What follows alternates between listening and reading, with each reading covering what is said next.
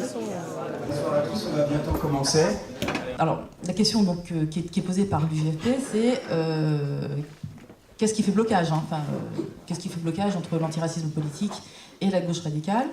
Et cette citation est importante parce qu'elle dit que... la citation c'est parce que la gauche est notre partenaire privilégié, elle est notre adversaire premier. Alors, un des blocages, c'est que lorsque nous, on dit cette phrase, la gauche n'entend que la deuxième partie. Elle n'entend pas la première partie, qui dit elle est notre partenaire privilégié. Ça signifie que nous, indigènes de la République, on a pris le parti de la gauche. C'est ça que ça signifie, en termes d'alliance. Ça n'est pas entendu, mais par contre, on entend adversaire premier. Alors, or, nous, on est obligés de dire que la gauche est notre adversaire premier, parce qu'on a une histoire, et qu'on ne veut pas se donner à la gauche.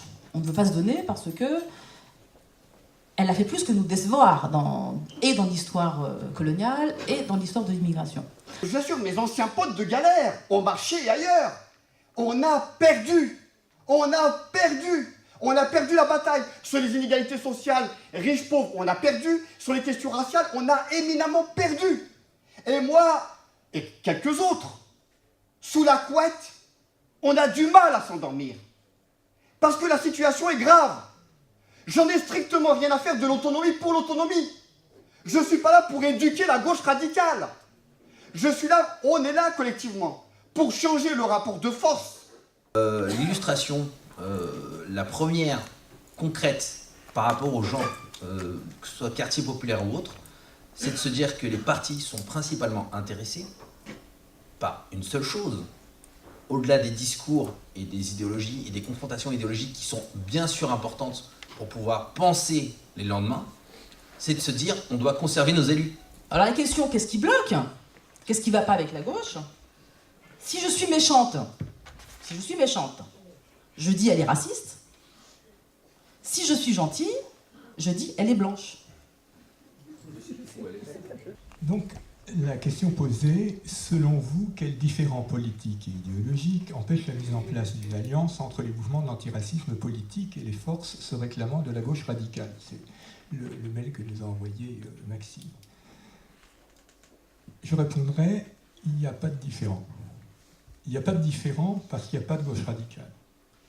Il n'y a pas de gauche radicale sur la question qui nous réunit ce soir. Il n'y a pas plus de gauche radicale sur ces questions-là qu'il n'y a de gauche radicale sur les questions d'énergie, où vous avez des secteurs du PC qui sont à front pro-nucléaire et vous avez des écolos radicaux.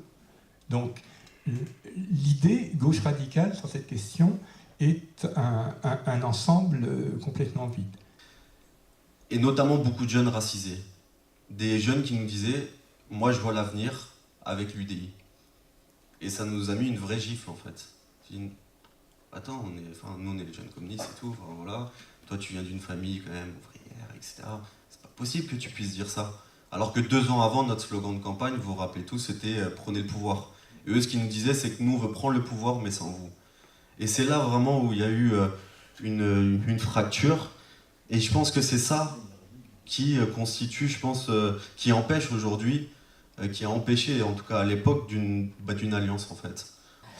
Et donc le clivage entre gauche radicale et mouvement antiraciste me paraît être un clivage qui est transversal, et de même que la crise et les difficultés que traverse l'ensemble des composantes de la gauche radicale, et il y en a bien d'autres que celles dont je parle ici, il y a lutte ouvrière, il y a les anarchistes, etc., est aussi une crise et un ensemble de difficultés avec d'autres raisons qui traversent également les mouvements antiracistes, qui ne sont pas, eux non plus, ni homogènes, ni réductibles, évidemment, au pire.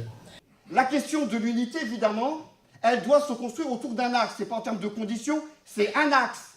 C'est celui de l'égalité, pleine, entière, indiscutable. Et l'égalité, ça se conjugue sous toutes ses formes, de ce point de vue-là. Et nous avons nécessité de le mettre à l'ordre du jour. Pas simplement parce qu'on approche de 2017. Au-delà, on sait bien que c'est maintenant et après. Et de ce point de vue-là, nous avons une responsabilité politique énorme. Et toutes les postures clivantes, les postures qui font du bruit parce qu'elles sont clivantes, Les postures qui veulent faire du bruit et donc qui se font clivantes sont des postures qui sont extrêmement dangereuses dans la période. Il y a un jeune homme qui devait avoir à peu près 22 ans, qui a écrit un texte, depuis très récemment, il a eu le prix Nobel, ce type, qui a écrit un texte dans lequel il racontait un rêve. Et le rêve, c'est qu'il y avait eu la Troisième Guerre mondiale, et qu'il se retrouvait là, il était le seul survivant, il se baladait dans la rue, il était le seul survivant.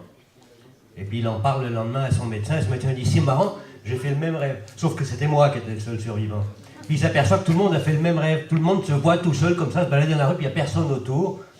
Et la conclusion que donnait Dylan à ce moment-là, c'est « Je vous laisserai entrer dans mon rêve si je peux entrer dans le vôtre ».